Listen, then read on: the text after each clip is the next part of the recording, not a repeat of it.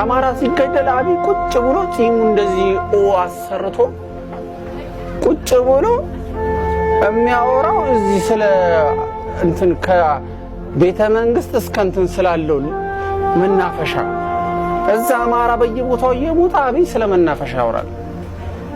ይሄን ቀረጸው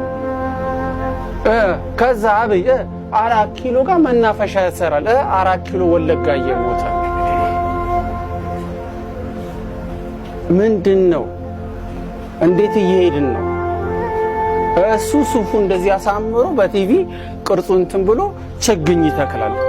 ችግኝ የተከለ ሰው ይሞታል እዚህ ጋር። ይሄ ነው ወይ መሪነት?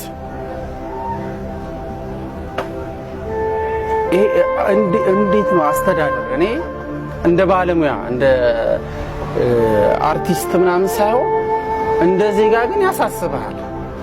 እንደ አርቲስት እንደ ዜጋ ያሳስባል። የሆነ ሱፍ የለበሰ ሰው እየተገደለ እሱ ግን ልብሱን ለብሶ ምናምን ብሎ ችግኝ እንጦጦ ይተክላል። እንጦጦ እኮ አፄ ምኒልክ እኮ የመሰረቷት ርዕሰ መዲና ናት። እሳቸው ሲመሰረቱ ግን ሙሉ ብሔር ብሔረሰብ እኩል እየኖረ ነው። እየመዘገብሽ ስለዚህ ኢትዮጵያ የሚያስፈልጋት አንድና አንድ የሆነ ሁሉንም ብሔር ብሔረሰብ ሳይሆን ኢትዮጵያ የሆነ ሰው ተከባብሮ የሚኖርባት እንደዚህ እንጂ እዚህ ጋር ተብሎ የሆነ ብሔር ስለሆንክ ብቻ የምትገደልበት